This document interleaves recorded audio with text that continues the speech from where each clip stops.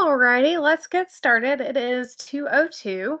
And just as a quick reminder, we are recording. So if for some reason you can't catch all of this today, you can go back and see it on the GaPQC website or on the YouTube page as well. So, and as well as Teams. So um, I hope you enjoyed today's presentation. We'll start with just a few announcements as always. A quick reminder, we send out a quarterly GaPQC newsletter. This was sent out last week and hopefully you received it as one of those mass emails into your inbox. It does include resources, webinar dates, and then there are also highlights from all the work going on around the state. It is all of GaPQC, so it includes both our maternal work as well as our neonatal work. So please, when you have a moment, take a look at that. It has a lot of great information as well as a lot of really good resources, including some free continuing education and some other things like that. So don't forget that that's a resource that neatly comes to your inbox. We have our next ONN office hour set. It's going to be Thursday, July 18th at 3 p.m. I will send out the invite for this after the webinar today. So please be on the lookout for that and hopefully you can join us. We have done this a few months running now and have had some great lively discussions and have hopefully provided some good feedback to different sites around the state. Oh, and I'm sorry, I just got a quick question. The email that the newsletter comes from is our, it's actually from a listserv, so it's not just the ONN listserv like I tend to send out announcements, because it's going to so many different people. So you might need to check your spam folders. It is from Constant Contact. So I don't know if you'll be able to search Constant Contact specifically, but it is from Constant Contact. So, and it may show up in your inbox as not downloading the actual visual image. You may have to click a separate link to see that. I know when I get it to my DPH email, I have to kind of click into it to see the actual newsletter. So check your spam folders, check your junk folders. If you did not receive that, let me know, and I'd be happy to send it to you just directly as a PDF. That's not a problem at all. So yes, office hours coming up on the 18th. Be on the lookout for the invite for that. Hopefully you can join us and learn from some of your peers. Additionally, we have another EPIC webinar coming up. It will be in August, which is the Worldwide Breastfeeding Awareness Month. So please add this to your calendars. It is hosted by the EPIC program and AAP. It will be Closing the Gap, the Physician's Role in Eliminating Racial Disparities in Breastfeeding. And it has a really great panel of speakers. There's some national faculty that will be on it, as well as some moderators that are from around the state here in Georgia. So please join for that. You'll use the GoToWebinar platform to access that. Finally, we're still conducting site visits. This is a great opportunity to showcase all the hard work that you're doing at your home unit. It's also an opportunity to get some meaningful feedback and more one-on-one assistance from us. We provide an individualized report for your unit afterwards as well. So it usually only takes about a half a day, and it has multiple elements to it, including some staff surveys as well. If you're interested, please feel free to reach out to myself, or you can, of course, reach out to Claire as well. So if you're interested, please let us know. We would love to come visit your site and see what all the amazing things you're doing. And now I am going to stop sharing my screen and I will let Claire take over. Thank you, Laura. This is a great segue because we were really pleased to be able to visit Atrium Health Floyd for a site visit earlier this year. And we got to tour the NICU, but we were doing the site visit in the mother baby unit, and our team was just really impressed with their collaboration, the support of leadership that was demonstrated in the meeting.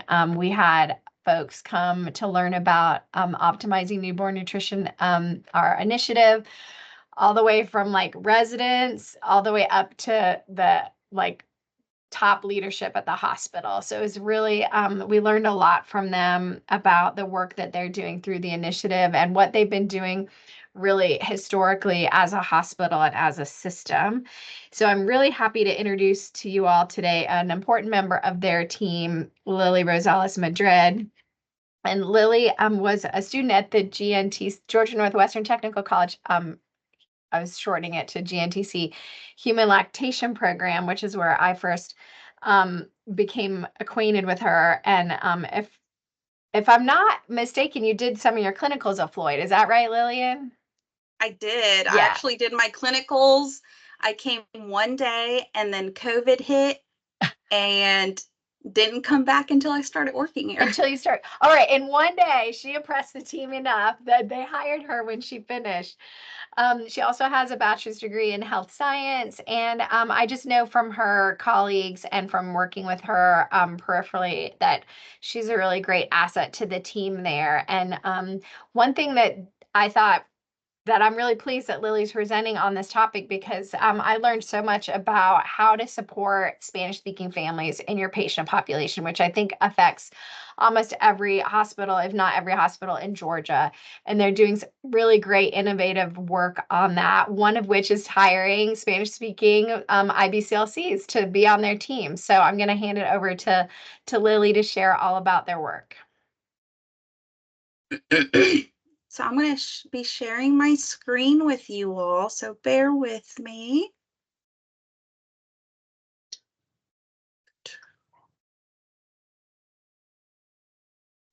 All right, so we were asked to present today to you guys about our breastfeeding education and the outreach that we are doing with our community here at Floyd. So some disclosures. So this presentation is part of Maria Arroyo, is our other lactation consultant that is Spanish speaking as well. So she's part of this presentation and she's definitely with me in spirit because she had another prior commitment, but we have no financial disclosures. We both are board certified lactation consultants. The data that we'll be presenting was done with surveys that we give our participants, as well as our own professional and personal experience within being part of this community. And then we're excited for you to see some of our participants. So all the images were shared with us with written consent as well. Our objective for today, you guys, is we really want to increase the awareness of breastfeeding education with our Spanish-speaking community. We're big on bridging the gap between all the specialties and collaborating together to increase awareness and, of course, increase the knowledge of any barriers that are found within our community. So a little bit about us. I'm Lilian Rosales Madrid. I have a bachelor's of health science. I was a 2020 GNTC Human Lactation Program graduate. I've been at Atrium for 3 years, and I'm a mama of 2 boys, a 16-year-old and a 9-year-old. And it's the reason that I got into the lactation world because both of my children were premature. My 16-year-old was a 31-weeker and my 9-year-old was a 27-weeker. And I just didn't really have a whole lot of help when we gave birth to them. So I became very passionate about breastfeeding. And I've been married for 19 years. My coworker, Maria Arroyo, she's also a 2021 GNTC Human Lactation graduate. So as you can see, Floyd has also been a very instrumental part of the GNTC program with clinicals, as Claire mentioned, and as well as hiring lactation consultants to come join their team. She's been at Atrium Health for 2 years, and she's a mama of 4 and a 4-year-old, and she's been married for 8 years. So these are our lovely pictures. So some of the limitations that we saw when starting this program is just being part of this community, growing up in the Spanish-speaking community in Floyd County. many of our Spanish-speaking community being served by our hospital are immigrants who Maria and I noticed were doing a lot of de los dos. So they're formula feeding and breastfeeding. And before Maria and I became a part of this team, there was no Spanish breastfeeding classes being offered by Atrium Health Floyd. The other option that our population has is going through WIC, which they also hired a GNTC graduate who is a Spanish-speaking lactation consultant. So she's offering breastfeeding classes in Spanish, but if in order to participate in those classes, they have to qualify for WIC.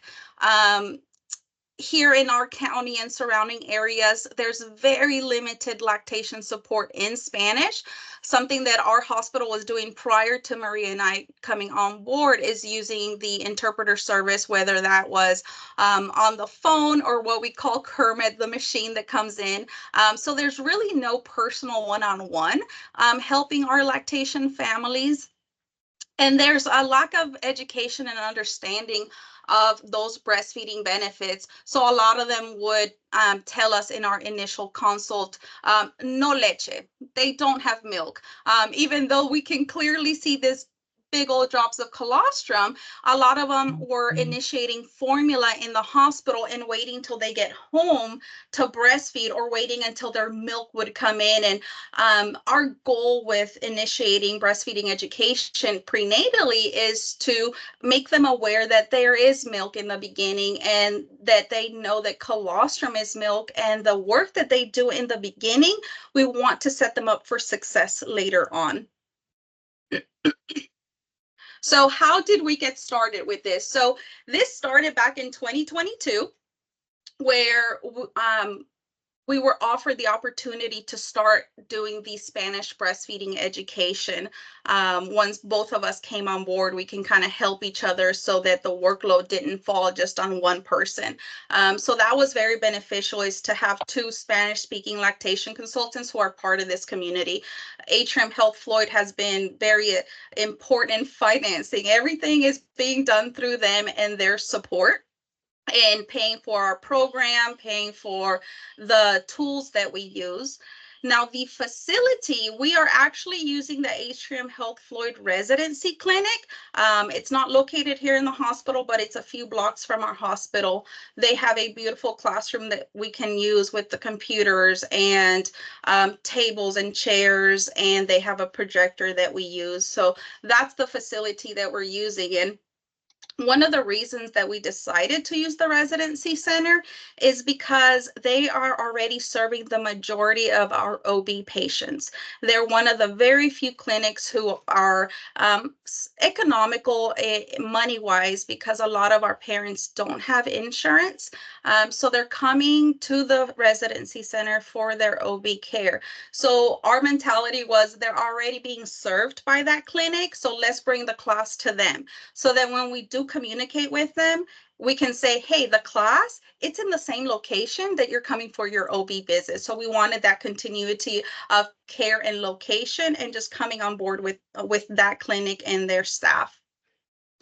The curriculum that we're using, we are already using the Lamaze childbirth breastfeeding curriculum that was being used in English. So what Maria and I did was, we took on the task of translating that material into Spanish, and we also made it a bit more personalized for the community that we are serving.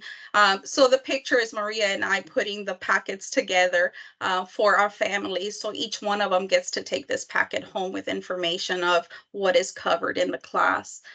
The advertising, again, Atrium Health Floyd marketing team is taking care of our advertising. They have put the information on the website where parents can click in and sign up for class. They did our flyers for us. So what Maria and I did was, because it's such a unique population, we literally went door to door around our community. We have gone to all of the Mexican stores, Spanish stores in the community to drop off flyers and introduce ourselves to them. We've gone to a lot of the churches in town who are serving our community, again, to introduce ourselves to the pastor, give them our flyer, give them our business cards and information, and just let them know that this service is available for their congregation. And social media has been a big part of it as well. Maria and I use our personal social medias to just promote. We send out our flyers to as many of the mommy groups that we can, letting them know that this is available for them. And then the huge part of this program has been the collaboration that we've had. We have an amazing team that has helped us along and keeping us accountable, encouraging us, and just financially supporting this. So who are those people that have been able to help us? So Kelly Pearson is our Director of Women's and Children's Services. So everything that we've done, we've gone through her, whether it comes to funding or ideas that we have, has been a great part of helping us out. Jennifer Carroll, she's our Lamaze certified childbirth educator. So she's the one that has trained Maria and I on a group setting on how to teach classes. Since we already came with the breastfeeding knowledge, through Jennifer, we practiced a lot in our English classes. So we go and teach with her and got ideas from her, and then we just turned that information around into Spanish.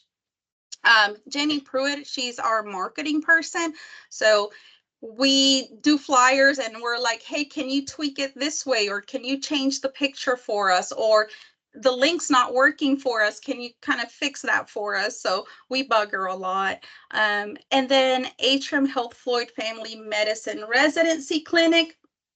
So they're the ones where we use their location. So we met up with Dr. Kelly Culbertson to begin with to get this started. So she's the program director there.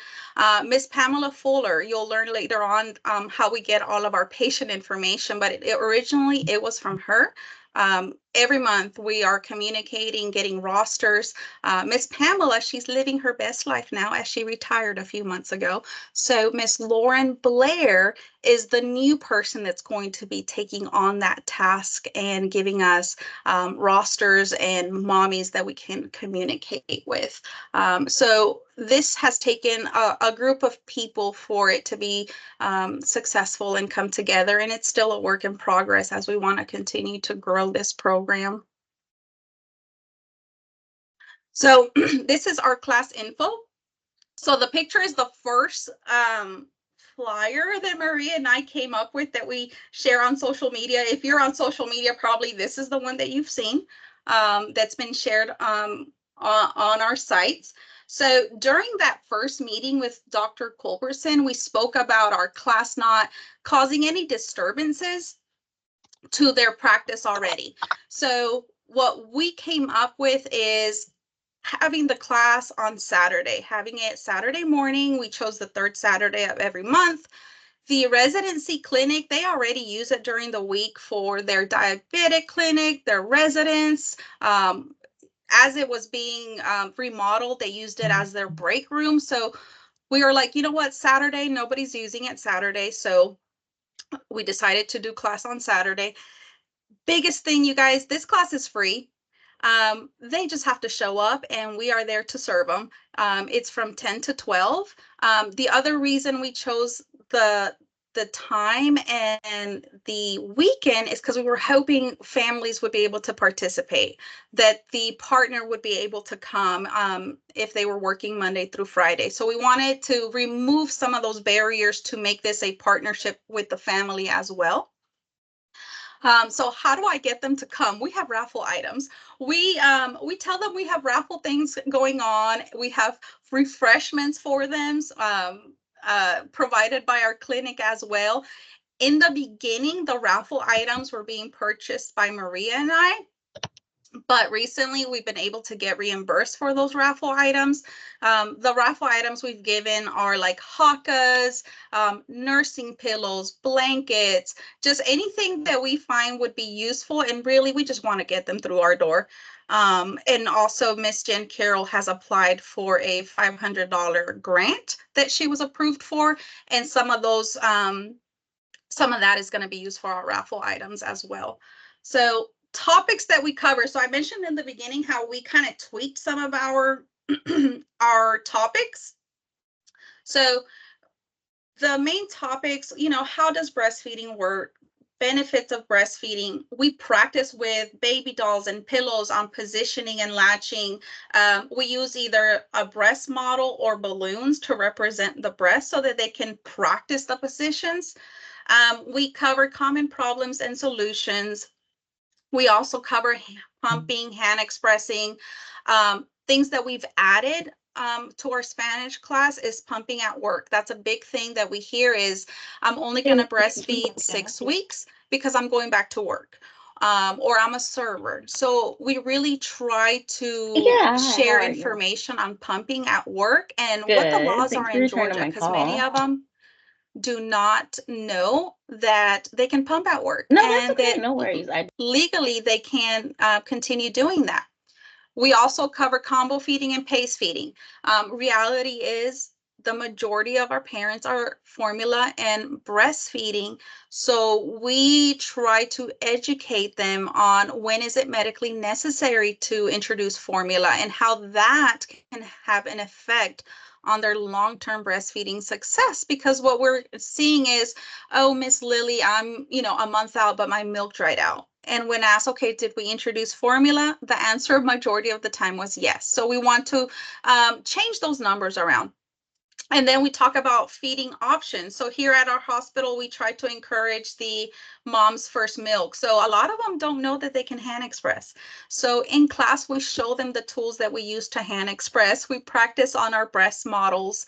And we also let them know that we also offer donor breast milk. So there are options before we jump ship and go straight to formula when it's not medically necessary.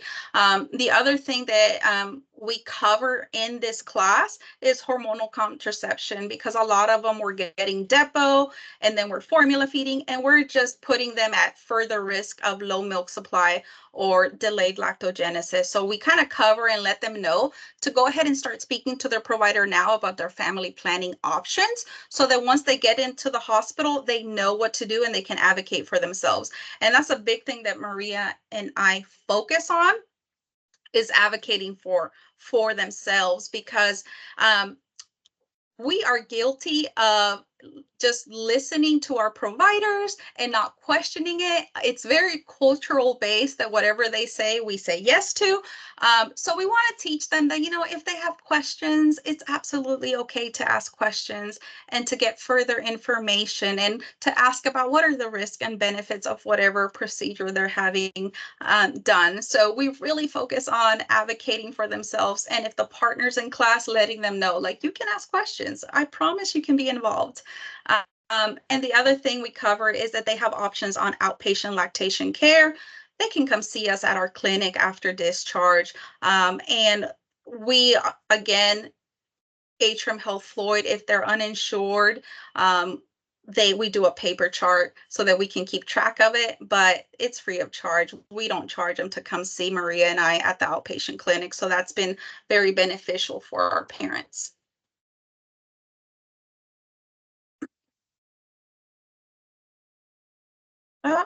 There we go. So what does this look like for us? So every month, the family practice sends us a roster of the OB patients they have.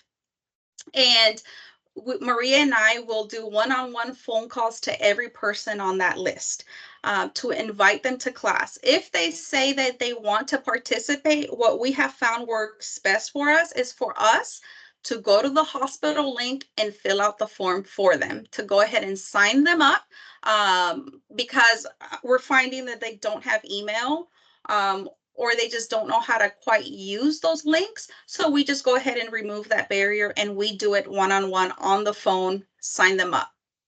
Then a week before class, we go through those signups and we call them to remind them that they have a class coming up. We send a text to remind them that they have a class coming up, including the address, location, time, that they're more than welcome to bring their support person or any children that they have. And then the morning of class, we send another text, another phone call, another reminder. So as you guys can see, we are on the phone a lot. We are constantly reminding them about these classes. it's just what seems to be working for us at this moment. It's just that one-on-one communication with them. Now, because the residency center is not a permanent location for us, we have to travel back and forth between the residency center and the child birth education center. So this is our packing list. This is what Maria and I take back and forth between that clinic and ours. So the day before class, we come to our outpatient clinic and we pack up our cars and put all this stuff in our bags. Then the morning of is when we show up about an hour before class starts and set everything up, set up our models, baby dolls, our educational packets, and make sure that our music is working, making sure that the screen is working, because we do show videos during class as well. So this picture, I think it was like the first time we did class, and it's us coming back from class, and the lady that's really excited over there is Jen Carroll. So she is like our go-to person when it comes to education. But obviously you can see how excited our team is to be part of this and getting this thing rolling, especially on that first day. So what are our challenges that we have come across? So over this past year that we've been working on this project, things have come up, and makes Maria and I wonder, like, okay, what can be the solution for that? So transportation has been a big thing, childcare, a lot of perceived low milk supply, late prenatal care or no prenatal care, and just literacy level of our patients. So with transportation, a majority of our women, they just don't drive, you guys. They don't have driver's license, or they're very dependent on the partner or somebody in their community. And sometimes there's a lack of support, like the spouse is working on the weekends, or they have nobody else. Most of their family is in their home country. And then even doing a taxi is a financial burden on them. And Maria and I really are mindful of not putting a financial burden on our families that want to participate in this class. Now, the most recent challenge that we are hearing our community speak about is Georgia Bill 1105. So this bill went into effect in Georgia on July 1st. So what does this bill entail? This is requiring local law enforcement to identify undocumented immigrants, arrest them, and detain them for deportation. So what our community is afraid of is just the, seeing that you are a minority and being stopped to check papers. So a lot of them have become even more afraid of driving. And what Maria and I are seeing this as a challenge, because one, we're already not driving. And if you are driving, they might be driving without a driver's license. And now they don't want to drive to class because that's an extra risk that they're taking. So what solutions have we come up with? So during our outpatient visits, we are allowed to use the hub. The hub is a transportation service that is used by our patients at the hospital, any clinic here, that is used for patients who are uninsured. So we were already using the hub for outpatient clinics. So Maria and I said, well, I wonder if we can use this for class, because technically they're coming to us for a consult, a visit. So as of June 2024, with the help of our manager, we were able to get approval to use the hub for our patients. So that is going to tweak when we do classes for a weekday class instead of a weekend class, so that we can offer free transportation. So what the hub does is we call them about a day or two before our visits, give them the address of where the patient is. They pick them up, bring them to our clinic. And when we're done, we call them, they pick them up and take them back home. So literally it's door-to-door service that is not being paid by the patient, but it's being provided by our hospital. So that's going to change our classes to more of a weekday classes. And the other option is the packet that we are using. We are in the process of turning that more into a PowerPoint so that we can do virtual classes with our patients. A lot of them, we see them using Facebook and stuff like that. So we really want to take advantage of those who are using social media and the internet to offer virtual classes. And the virtual classes also, we can really do it mornings, afternoons. We're just more, we're available for more times to do that as well. So we're very pleased that we're able to use that service for our family and taking that challenge and making it easier for them. The other thing that we found when doing phone calls is parents, well, I have other kids in the home, or I can't come because I don't have a babysitter. I don't have family here. The husband, works the weekend. And again, that financial burden of trying to find childcare and paying for a babysitter. So again, we don't want to put that financial burden on them. So what did Maria and I do? Y'all, our class is a judge-free zone. We bring the entertainment. We have children of our own. We understand how challenging childcare can be. So we dug through our own kids' toys and puzzles, and we bring them to class. We have crayons and coloring books so that the sibling can sit. We have a little table for them, and they're hanging out with us. They're part of this. They're part of our breastfeeding team as well. And the other thing is offering the class during school hours so that's, mom can come and doesn't have to worry about that while the kids are at school. So that has worked pretty well for us. We've had a couple of siblings come to the class and be part of it as well. And sometimes they're curious too and try to help mama with the baby. So it's really cute. Now, this is like the big thing that we are working on is the low milk supply or perceived low milk supply. A lot of them will say, no leche, no milk. Most of our women come into the hospital with that idea.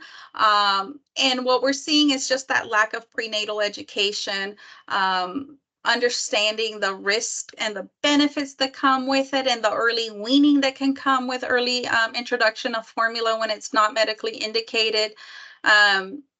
A lot of them believe that they don't have milk here in the beginning because they're not seeing this white substance come out. They're not seeing the volume, especially when you hand them a bottle of a 2-ounce formula and then they have drops. So they feel like they're starving their kids. The other thing is that when we did our initial consult, we would say, well, how did you breastfeed or how did you feed your child in your home country?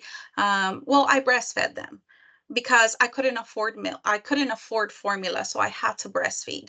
So that became like a social status type of issue, right? Because now we're in the United States and we see all these American people doing formula, so it must be the better thing to do. So Maria and I are working on kind of disentangling the belief and the myths that come with that, right? And changing the perception that the formula is better, right? Because you couldn't afford it in your home country.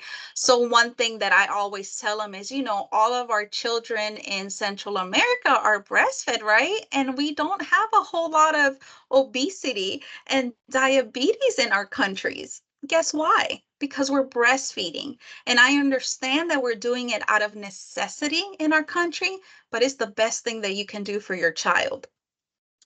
So this is one of our biggest challenges is the perceived no milk or that formula is better.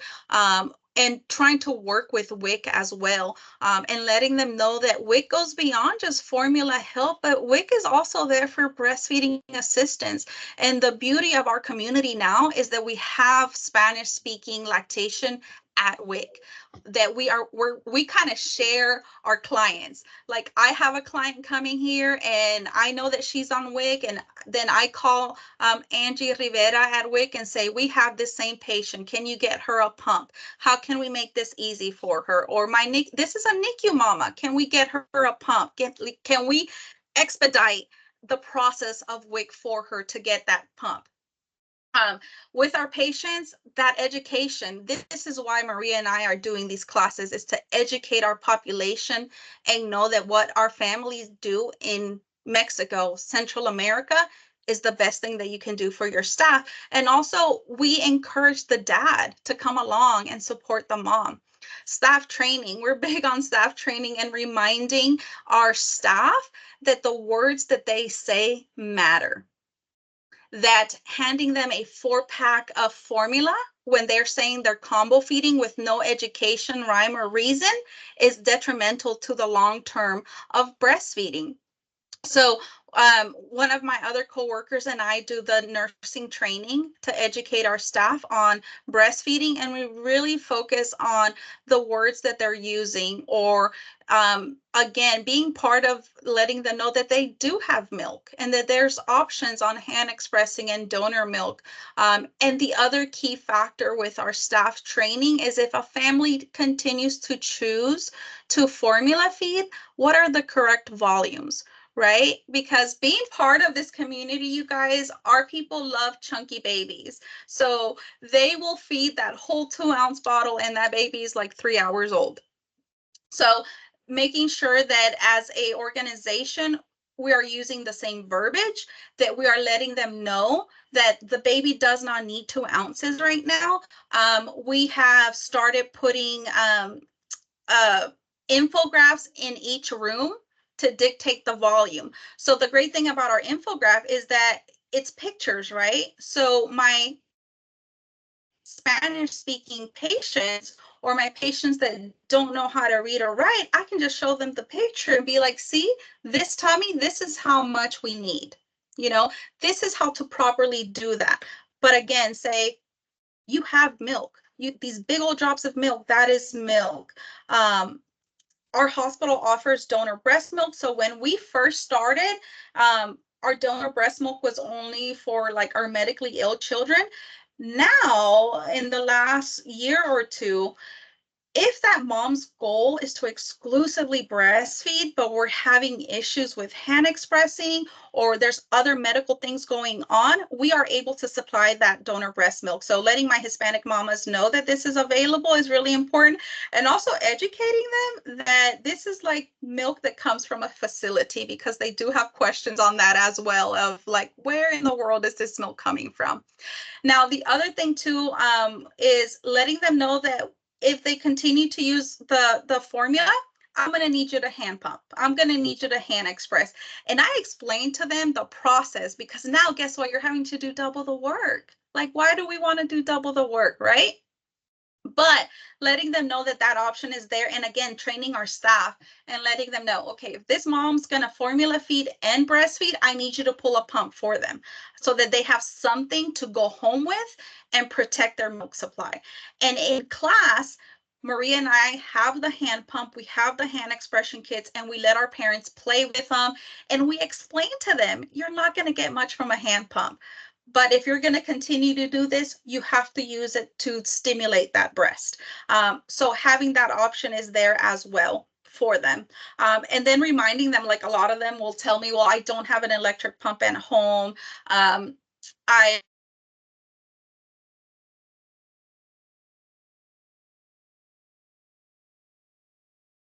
on WIC. In a couple of months, WIC will qualify you for an electric breast pump that you can use for work. So that's kind of like enticing them again. Let's continue with that exclusivity of breast milk.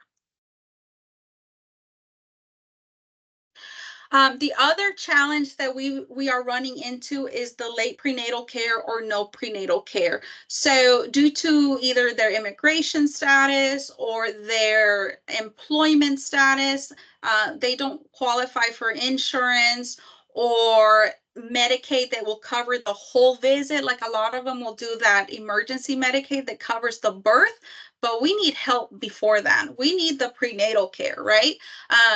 And so many of them can't afford the prenatal visit. So the beauty of Maria and I is that we used to work at the residency center. So we know that a lot of those moms were coming in already at like 30 weeks pregnant. So that it was a less of a cost because now you don't have to pay for all the visits. You just pay for like a few of them and then give birth and then apply for emergency Medicaid, right? So that's been a burden because all of our patients are coming from the residency center. So if they're not getting OB care, it's very difficult for Maria and I to have contact with them. So even though we're doing the door to door, even though we're going to the Mexican stores and the churches, we've even reached out to our local midwife that sees them. Like 100% of our patients are coming from the residency clinic. So what's the cost? The cost at the residency clinic, it's between 162 to 435 per visit. This doesn't cover the OB labs. This doesn't cover their ultrasounds, right? And this is more of a systemic problem that it's worldwide. It's something that we're dealing with all the time. So Maria and I are just very foot on the ground, continue reaching out to the community so that we can get people to come to this class beyond the OB clinics, because we know that they're not getting the care that they need. And we know, and evidence says that prenatal care is vital for breastfeeding initiation and duration, right? That is our goal. So again, we're continuing to work with the churches and the stores and the OB clinics, the midwife. We've also gone to DFACS and dropped off information for DFACS, WIC, and social media. So this is something that this is a work in progress when it comes to how can I get these women to walk through our doors and participate in class. Literacy level has been the other challenge. So our current Lamaze, it's at about a 6th grade level. And what we have found is that we've had moms where they see this folder of words and they're lost, you guys. Or we give them a survey to fill out their initial information and they just kind of look at us like, so luckily our classes are small enough that Maria and I can do the one-on-one and fill out the paperwork for them. But it's still a challenge, right? The other thing that we've run into is that even though they speak Spanish, it's not their first language.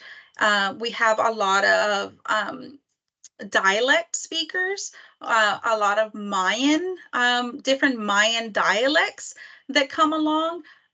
So changing some of our wording and simplifying our material is something that Maria and I are also going to be working on, because right now it is very wordy. It has a lot of information. So we are, speaking to ourselves, how can I make this more visual, right? How can I reduce the words but still get the message across? From speaking to our moms, the hands-on learning has been crucial for our class, because you don't need to read and write to do the hands-on learning. And again, turning that written material into a more visual, pleasing PowerPoints, videos, all of that has been very helpful. The thing that we recently found out is when we use the interpreter machine here at the hospital, there was one mom who, like, I would speak to her in Spanish, and then she would speak in dialect to the partner would speak to me, and we were just not getting the point across. So I'm like, okay, what can I do to help? Because we're not, we're not understanding each other. And we played around with the interpreter machine, and there's an option on there to call somebody. And one of the dialects that they offer is a Mayan dialect.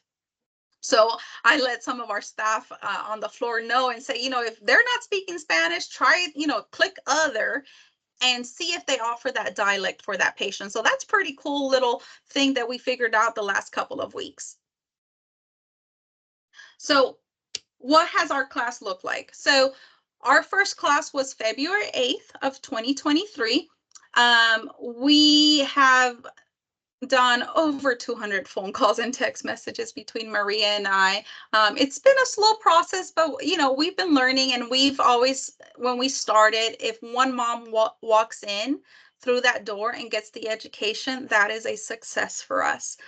We've had 12 classes. We've had 57 women sign up. The ages have ranged from 16 being the youngest one that came to 45 being the more mature mom that came. From the 57, we have 21 that have actually came to class. 12 of those were first-time moms, 9 had other children.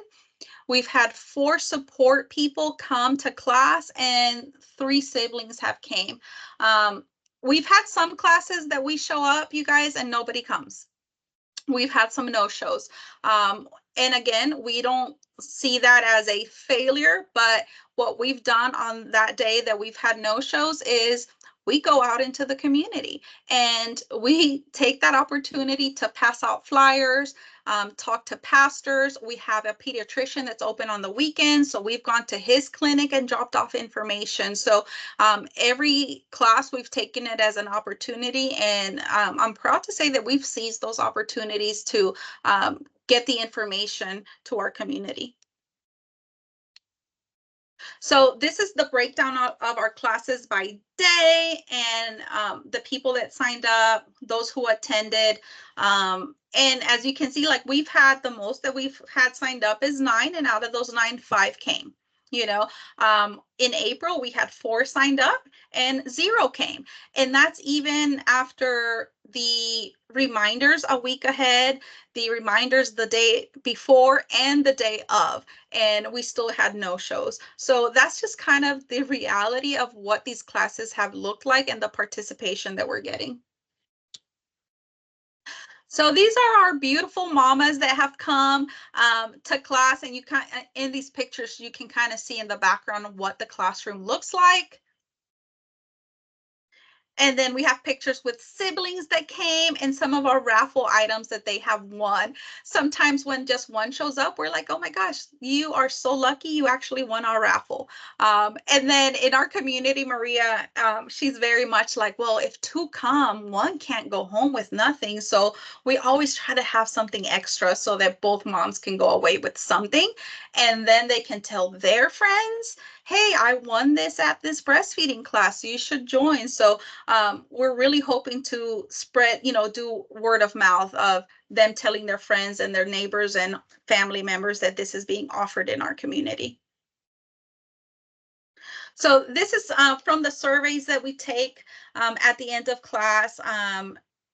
These are some of the things they're saying. They help them understand what happened on their first baby, right? Why their milk dried up, because we are getting moms who are not first-time moms, who are, combo fed their first one. So going through the class and understanding how milk production works kind of gives them an idea on how to improve that second journey or third journey they're about to take on. It helped them understand the importance of breast milk. We've had moms say that one of their favorite parts is practicing the different positions. We had a daddy come and practice positions, and sometimes we go more than just breastfeeding. This particular dad was very nervous about how to swaddle and change a diaper. So at the end of class, they stayed a little extra, and we went through how to swaddle that baby, how to different positions to comfort a crying baby, and he was very excited to be a part of that. A lot of them too, just customizing the lessons to this community on understanding that they are doing formula and being mindful of explaining the difference between the breast milk and the formula, and what are some of the risks and benefits of that. And then we had one mom that had no idea that lactation was available in our community. So she was just excited that this is being offered in our community. We've had moms drive from not just Floyd County. We've had moms come from Polk County. I've had moms from Gordon County and Bartow County are driving to our classes. So these are our EPIC numbers. So Kelly Pearson pulled some numbers for us for May and June so that we can kind of see some differences. So as you guys can see, a lot of them are combo feeding. That's the reality of our Hispanic population. So in May, she pulled 27 patients were both combo feeding for 2023 and 24. But something that we're seeing, you guys, is the formula introduction. So in 2023, we had 7 that were formula feeding. In 2024, May, we've had 3. So we had a reduction in that formula feeding. In June of 2023, we had 29 moms who were combo feeding compared to June of 2024. We've had 21 moms who are combo feeding. With the exclusive formula feeding, 2023, we had 8 that were formula feeding. June of 2024, we had 2 that were formula feeding. So we're seeing, even though the change is slow, even though it's been like a lot of work to get moms to come and participate in these classes, we are seeing a difference that is being made. Even if they don't come to class, having someone that speaks your language, that looks like you, and letting you know, like, hey, you have milk, let's not introduce formula just yet, has made a huge difference in our population. And I'm very excited to see how further this is going to go. So from the people that are coming to class, we did follow-up phone calls. So 9 didn't answer their phone, or they changed their phone. 3 of the moms are still breastfeeding, and I have an 11-month-old, 14-month-old, and 15-month-old who were exclusively breastfeeding at the hospital and have continued to exclusively breastfeed. One of those moms was a first-time mom. 3 of our moms are combo feeding. The majority of them are doing more breast milk than formula. When they are doing formula, it's more of they're out and about. I had one baby whose mama said that the baby has an allergy, so she's been really trying to breastfeed more. So when speaking to them, they're doing between 1 and 3 bottles of formula a day, and then the rest they are breastfeeding. 3 of our moms started breastfeeding in the hospital and then have breastfed for a month and then introduced formula. One of our moms, we had a fetal demise, and then one mom that actually came to our class was not pregnant, isn't married, doesn't have a partner, but she saw family practice and became aware of this class. And she actually came to class because she wants to learn more about breastfeeding so that she can help her friends and those around her. So Maria and I were very impressed on this young lady, that she was so eager to learn. She is a nurse in her home country and had been in the United States a couple of months, and she's just interested in learning. So that was really neat for us to teach this woman breastfeeding so that she can actually go out into her community and pass on this information, and pass on information that we have lactation help here in Floyd County. And then we have one mom that came to class who has not delivered yet, and she's due around July 18th.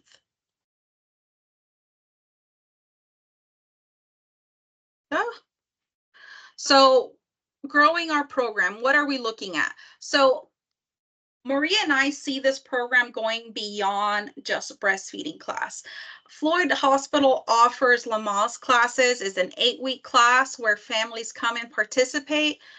We are wanting to do the same thing for our Spanish-speaking community and turn that 8-week program completely in Spanish and offer that to our community and surrounding counties, and do that virtual as well. So everything that we're offering in English, we want to make sure that we're able to offer that in Spanish as well.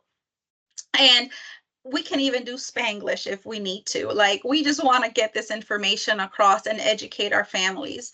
And then again, changing from our Saturday class to our weekday class so that we can combat some of those childcare transportation challenges for them.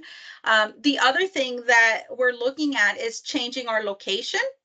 Even though we love going to the residency center, as you can see, it does take some work, right? Because we're having to haul things back and forth between them. if you get the chance to visit our education center, it's a lot more comfier.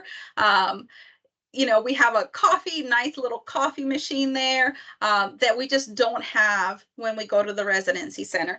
The other thing that Maria and I, now that we've established this relationship with the residency center and they know that we are here, our goal is that when families get discharged from the hospital, they know where to come for lactation follow-ups. So by offering the classes at our own location, we can say, hey, you're going to come to your lactation appointment where you did your childbirth education, so that they know exactly where to go. So that's where our focus is in growing this and continuing to, knock on doors if we need to get women to come to our class and participate, and increase our breastfeeding rates and decrease our de los dos. That is one of our biggest goals, is to decrease the need for formula when it's not medically necessary, and just kind of remind them to go back to their roots. It's very important for us. So that is it for me. Do you guys have any questions? If you have a question, you can either pop off mute and speak in, or you can chat it in real quick. Thank you, Lily. That was truly impressive and amazing. Thank you so much. That was so inspiring. And I know that you look at your numbers, and it is just not all in the numbers, is it? And they will grow and they will change. And this is an incredible program y'all have built, and just a ton of great ideas and information that hopefully everybody can take back and maybe integrate some of that into what they're doing in their home sites. So any questions, anyone? You can come off mute or chat it in. I don't have a question. Compliments. Yeah. I don't have a question, but I'm just going to say that was an incredible presentation, Lily. Thank you so much. Thank you so much, Miss Beverly.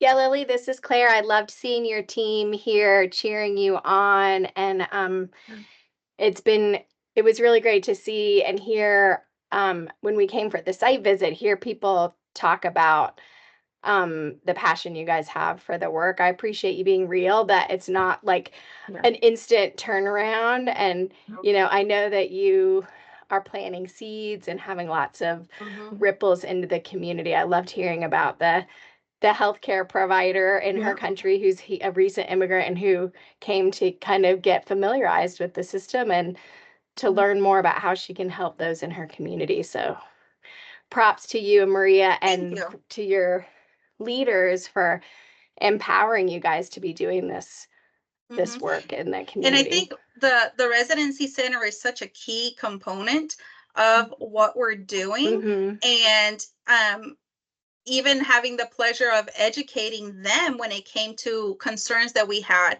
And Claire knows, like, way back, we had some concerns about birth control being offered. And I'm like, wait a minute, you guys, let's educate. Let's see what we're dealing with. So the residency center has been very approachable and learning and seeing some of the wording that we're using, right? To change how we're doing things, and understanding that we already have some challenges. So how can we remove some of those challenges and not put any theoretical risk that comes along with it? So they've been an instrumental part, because all of our OB patients, you guys, it's just very expensive to get care, and that's where they're all going. And continuing to knock on doors has been very important for us. Couple questions for you, Lily, real quick. Someone asked, how much is the dinner breast milk for well babies? I don't know if you know that from the hospital perspective. So Kelly, I don't know. Yeah, there's a lot of folks from Floyd on the call. Okay. So yeah, it looks we like use the shelf stable for the well babies. And honestly, we buy a very large box of it, and we don't honestly have to use a ton of it, because it's a balance there. We don't want anyone to think we're using it instead of breast milk. It is the bridge to get you to your breast milk is in. So we typically encourage the one pouch, when it's Mhm. needed. I know in Georgia, I know we've had it built in our Epic where we can charge for those Mhm. 4-ounce pouches. Now, me and Claire have talked about this. The reimbursement is very hard to try to track down whether we Mhm. actually get anything or not, but Mhm. it is a chargeable item. And like I said, we encourage it because we want it to be a step before formula is chosen, but not used instead of formula. Instead of. It needs to be that bridge. So when we educate them about the donor breast milk, it's really important that we let them know I can pull one bag of donor breast milk for you. It is 4 ounces, and I don't expect you to use the 4 ounces in one day because, again, we are educating about volume. But when we do use donor breast milk, we're still supplementing. So I still need you to try to hand express and use your milk first. And like Kelly said, we're using it as a bridge. Like, do I have a mom who had a C-section and doesn't feel well, but her goal is to breastfeed? It's really important to understand what is her goal. Or even the Hispanic moms who are coming in and saying, I want to do de los dos. In talking to them, the reason they want to do de los dos is that perceived low milk supply. So if I can get them to understand that they do have milk, but if there is a worry, my goal is to make sure that tummy stays as clean as possible before we introduce that formula. So we really use it as like a speed bump, right? We hit that speed bump, we have that donor milk, but our goal is to make sure that you are leaving this hospital feeling confident with your own milk supply. Yeah, and I'm glad folks are asking about this because Laura and I have been discussing with the team some further education for the optimizing newborn nutrition around this bridge program. And I think Kelly and Lily have mentioned like some of the really critical elements that, it's still supplementing.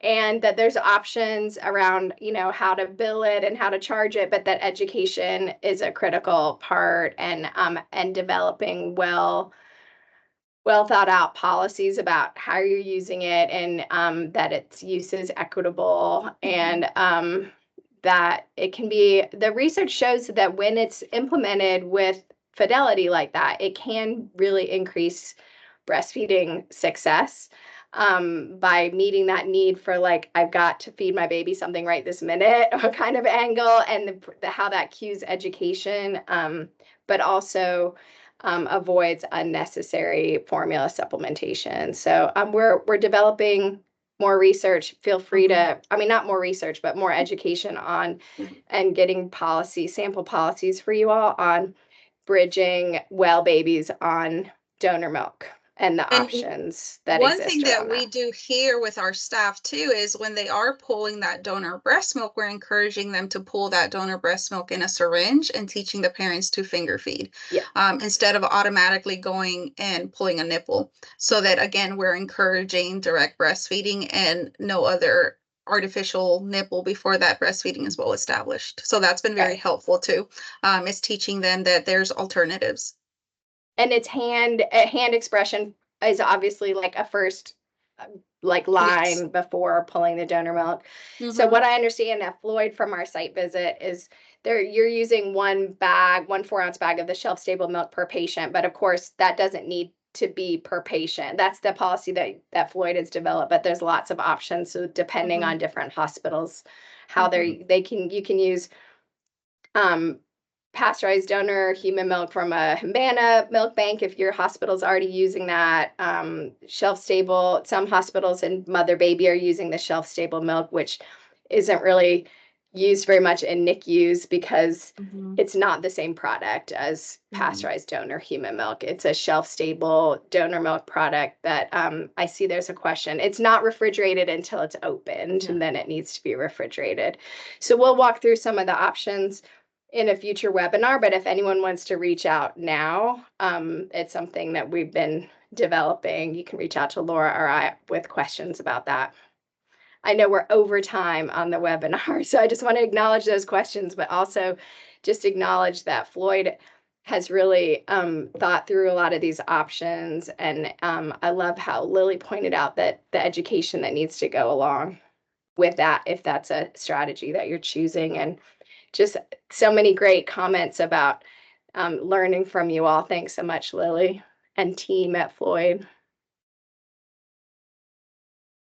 Alrighty, we will wrap it up. Again, if you have any questions, please feel free to reach out to myself or Claire at any time. I can add our emails to the chat bubble if you want to hang on. Otherwise, thank you so much again, Lily and the team at Floyd. Thank you guys so much. We appreciate y'all having us up for a site visit and sharing all the amazing work that you're doing. It's so inspiring, and it's always exciting to hear boots on the ground stories. So thank you very much, and I hope everybody has a good rest of the week.